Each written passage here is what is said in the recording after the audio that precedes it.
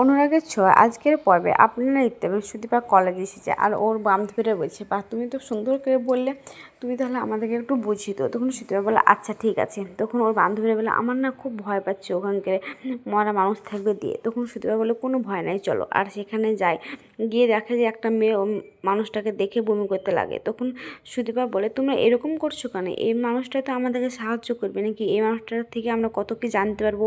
যদি আমরা নাই দেখি তাহলে আমরা কী করে ডক্টর হবো বলো। অন্যদিকে দেখা যায় যে কুন্তলা আর রিতম ঘর থেকে বেরোয়। তখন কুন্তলা বলে আমি তাহলে এখন আসি। তখন রিতম বলে কুন্তলাকে যে আপনি একবার সুদীপাকে বলুন না নিজে মুখে। তখন কুন্তলা বলে না আমি বলবো না, তুমি বলো, তুমি বললে সব থেকে বেশি ভালো হবে, সুদীপা তোমার কথা বেশি শুনবে আর তোমাদেরকে কেউ আলাদা করতে পারবে না, আমি আছি তো তোমার পাশে, তুমি চিন্তা করছো কেন, এসব বলে।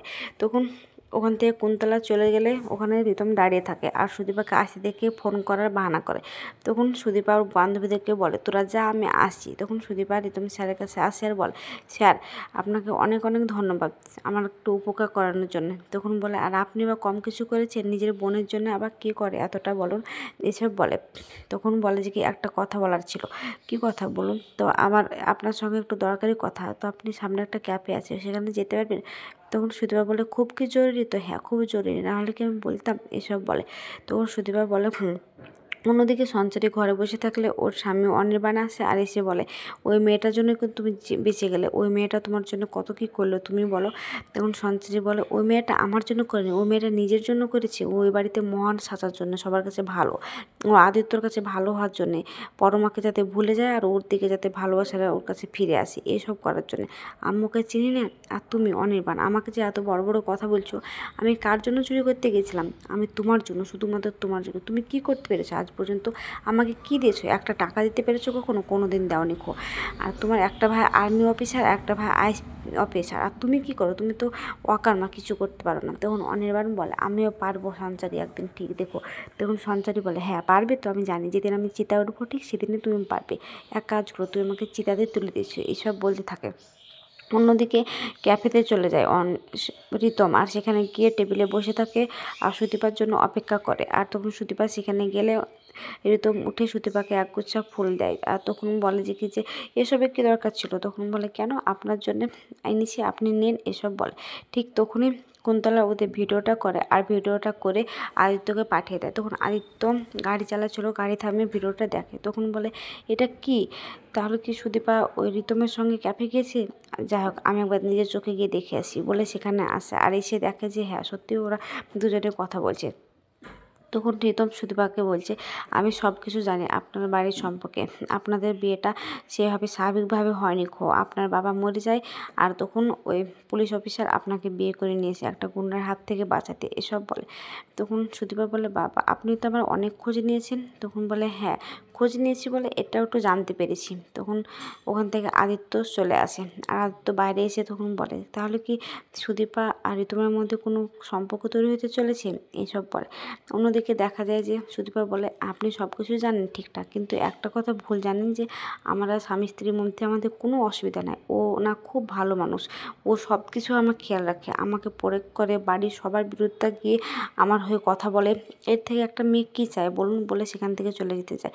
তখন রিতম বলে একটু দাঁড়াবে? তখন বলে কি হলো? তো আমাকে যদি কখনো দরকার হয় তাহলে আমাকে অবশ্যই বলবে। আর হ্যাঁ দেখো এই হোস্টেলের কার্ডটা নিয়ে যাও, যদি তোমার প্রয়োজন হয় তাহলে তুমি সেটা কাজে লাগাবে। তখন সুদীপা বলে মনে হয় না প্রয়োজন হবে, তা তবু আপনি দিচ্ছেন যখন গুরুজন, আপনি স্যার হন, তাহলে আমি অবশ্যই নিচ্ছি, বলে সেখান থেকে চলে যায়। তখন রিতম ওখানে বসে আর বলে আমি জানি সুদীপা তুমি আমাকে সব মিথ্যে বলেছো, মিথ্যে বলো কিন্তু একদিন তুমি আমারই হবে। অন্যদিকে পরমা ঘরে বসে বসে ভাবে যে আদিত্য তোমার জন্য আমার জীবনটা একদম শেষ হয়ে গেছে, এই সব কিছুর জন্য তুমি দায়ী। তখন আয়নার দিকে তাকালে দেখে যে দেখতে পায় আদিত্যকে আর বলে আদিত্য তুমি তো? হ্যাঁ। তখন আদিত্য বলে যে আমি কোনো অপরাধ করিনি, আমি কোনো দোষ করিনি। তখন পরমা বলে আমি কি তোমাকে বলেছি যে তুমি দোষিতা? আর একটা কথা বলি, তুমি যেমন দোষী না, আমারও কিন্তু সম্পূর্ণ দোষটা আমারও না, কিন্তু তুমি খুব ভালোই আছো সুদীপাকে নিয়ে, কিন্তু আমি কখনোই ভালো না, আমি যে একা হয়ে গেছি। তখন তো বলে হ্যাঁ আমি সুদীপাকে নিয়ে খুব ভালোবাসি, আর না ভালো থাকলেও আমি সুদীপাকে নিয়েই থাকতে চাই। তখন পরমার কানে হাত দিয়ে বলে সুদীপা সুদীপা সুদীপা আমার এই জিনিসটা আর ভালো লাগছে না বলে চিৎকার করে তাকালে দেখে যখন আদিত্য নেই, তখন ও গোটা ঘরে আদিত্য আদিত্য করে চিৎকার করে বেড়ায়। তখন বলে না এইভাবে আমি কিছুতেই থাকতে পারবো না, আমি আজও কল্পনাতে আদিত্যকে দেখছি, আমি এক্ষুনি বাড়ি থেকে চলে যাবো বলে ব্যাগ নিয়ে এসে জামা কাপড় গুছাতে গেলে অভ্রর আর পরমার ছবিটা ভেঙে যায়। আর তখন বলে ছবিটা ভেঙে গেল, তখন অভ্র আসে ওখানে দরজার বাইরে দাঁড়িয়ে থাকে। তখন পরমা বলে আজও আমি তোমাকে ভালোবাসতে পারিনি অভ্র, তোমার মধ্যে আমার ভালোবাসার কোনো ফিলিংসই নেই, আমি যাকে ভালোবাসি সে আমাকে ভালোবাসে না, তাই আমি এই সম্পর্ক রাখতে চাই না, আর এই সম্পর্ক থেকে তুমিও মুক্তি পেয়ে যাবে। অন্যদিকে অভ্র বলে হ্যাঁ আমিও তোমাকে মুক্তি দিয়ে চলে যেতে চাই, তুমিও মুক্তি নিয়ে নাও। তখন পরমা মনে মনে বলে যে তুমি তো চেয়েছিলে তোমার বোন যাতে ভালো থাকে, আমি তোমার বোনের কখনো কাটা হয়ে দাঁড়াবো না। তখন অভ্র বলে যে হ্যাঁ আমিও তো চেয়েছিলাম আমার ভাই আমার বোন দুজনের সুখী হোক, সেটাই চেয়েছিলাম, আমিও তো তোমাকে আটকানোর মতো কোনো ক্ষমতা নাই, শুধু ভালোবাসা ছাড়া, এসব বলে। অন্যদিকে দেখা যায় সুদীপা কলেজ থেকে বেরিয়ে বাইরে আসে, আর এসে মনে মনে বলে কই আজকে তো আপনি আসলেন না আমাকে নিতে, তাহলে কি এভাবে একটু একটু করে আমরা সব কিছু সম্পর্ক নষ্ট হয়েছে, এসব বলে। তখন সুদীপা একটা টোটোতে করে উঠে চলে যায়। ঠিক তখনই কয়েকটা গুন্ডা ওখানে দাঁড়িয়ে থাকে, আর একটা মহিলা টাকার ব্যাগ নিয়ে আসে, আর সেই ব্যাগটা কেড়ে নেয়। তখন মহিলাটা বলে আমার ব্যাগ, আমি আজকে টাকা তুলে নিয়ে এসেছি, সে টাকা। ঠিক তখনই আদিত্য এসে দাঁড়ায়। তখন গুন্ডারা বলে এই হিরো তুই এখান থেকে সর। তখন বলে আমি সরবো বলে ওদেরকে মেরে টাকাগুলো দিয়ে দেয়। অন্যদিকে দেখা যায় যে আগাম পর্বে যে পরমা বাড়ি চলে যাচ্ছে, আর আদিত্য ওর হাতটা ধরে বলছে ঠিক আছে চলো আমরা দুজনে একসঙ্গে মরবো, তাহলে সব সমস্যার সমাধান হয়ে যাবে।